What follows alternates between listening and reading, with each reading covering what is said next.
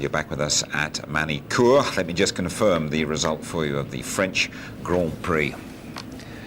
10 out of 10, Michael Schumacher. 6 for the pole sitter, Ralph Barrichello, second Ferrari driver on the podium. David Coulthard just failing to get up there. Truly getting a couple for Jordan and Nick Heidfeld, another point for Sauber. And 10 rounds gone.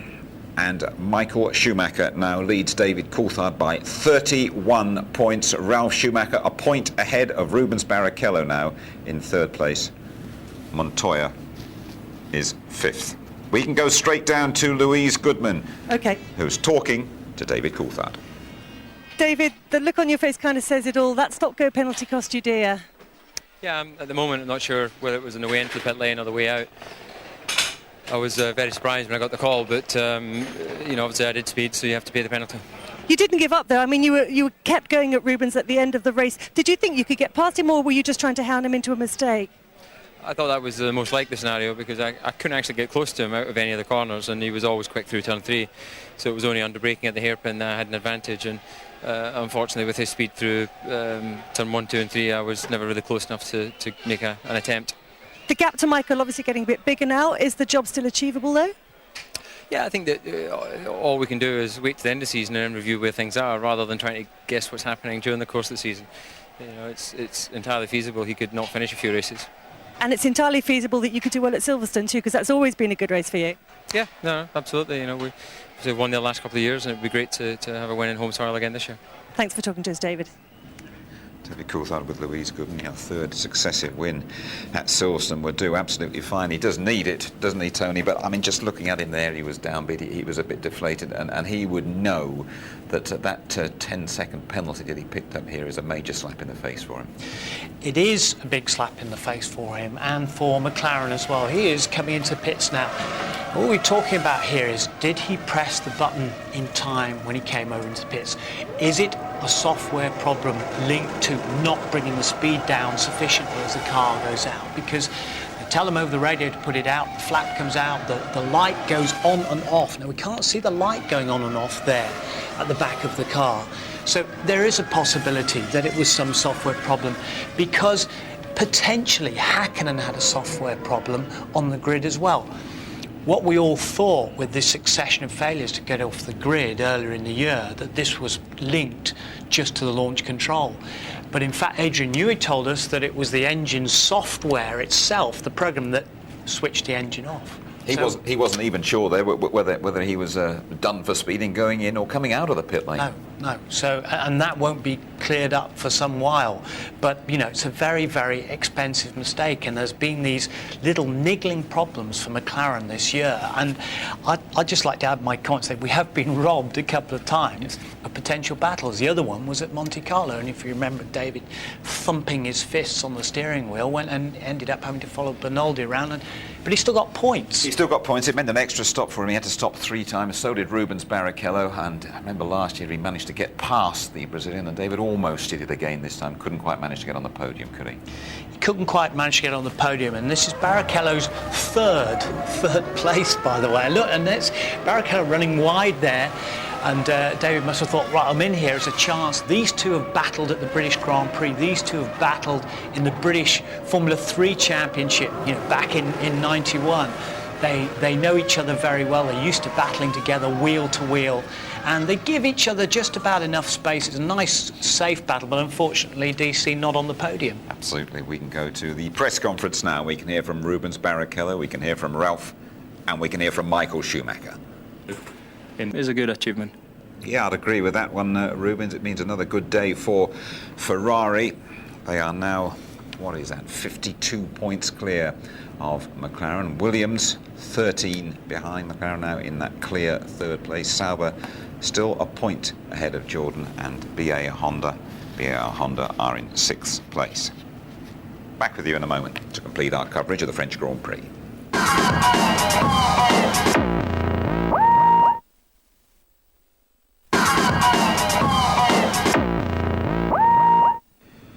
Hello once again from Manicure. Tony, let's go back to the start of the race. We were all wondering if there's going to be a bit of payback time. Ralph against Michael Schumacher. I mean, it was reasonably uneventful, I guess, but Ralph got away very well, didn't he?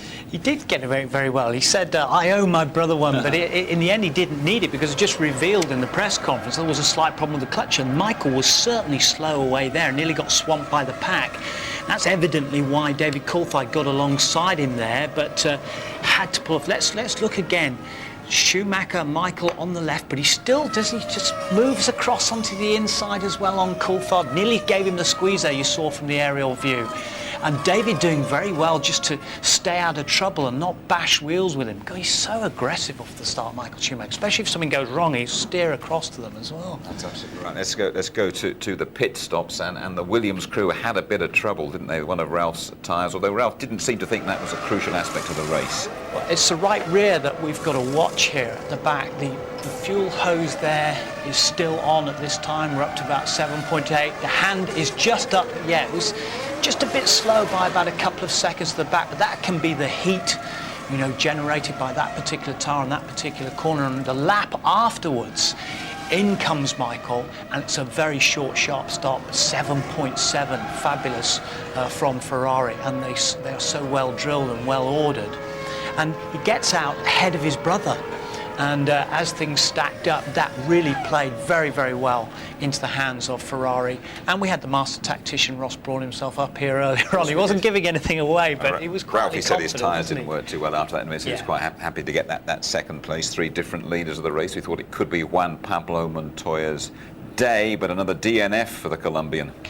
Yeah, you know, it's a strange one, this, because BMW haven't had an engine failure this year. There have been hydraulics failures, like in Austria and like in Australia, but it is very rare, obviously, for BMW to have a failure, and they've done a super job on that engine.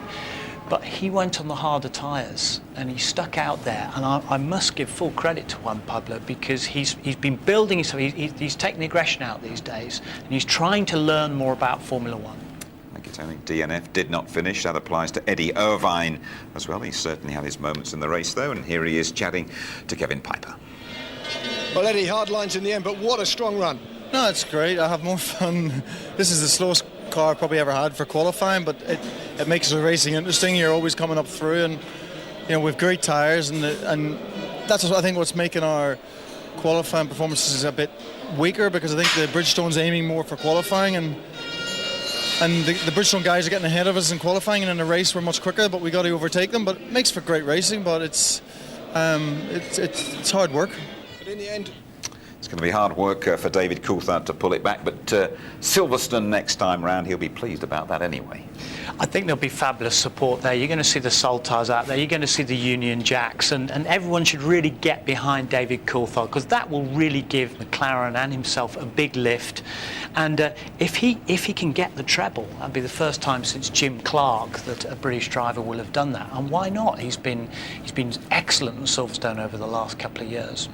Good, Tony, thank you very much indeed. So next stop, Silverstone it is. Martin Brundle and all of us are very pleased that we're back there in mid-July. This beautiful lineup of Formula One transporters breaks away now and moves to Silverstone for the next Grand Prix. We'd love to see you there. You must come and see a Formula One car driven in anger. If not, watch us on F1 ITV.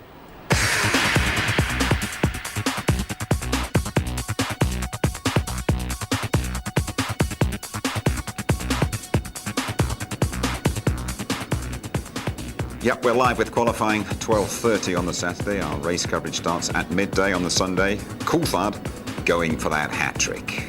Hi, this is David Coulthard from the West McLaren Mercedes team. Make sure you're watching the Silverstone British Grand Prix here on F1 ITV. ITV F1? F1 ITV. Same difference, David. Don't worry about it. It's going to be Murray Walker's commentary farewell to Silverstone. We're expecting all sorts of Murray-themed banners. We have a prize for the best one on the Saturday and the Sunday. Get riding, get thinking.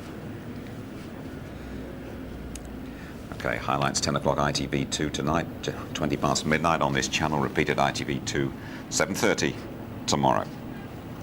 No encore for David Coulthard in France.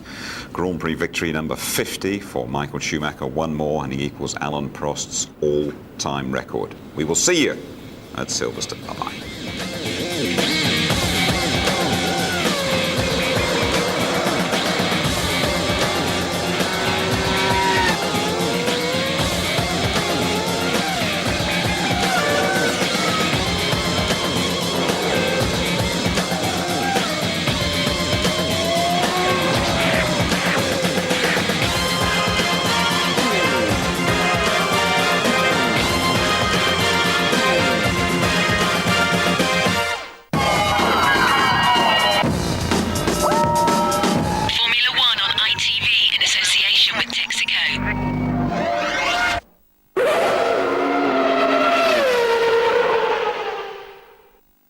If you'd like to know more about Formula One, the website address sponsored by Foster's is www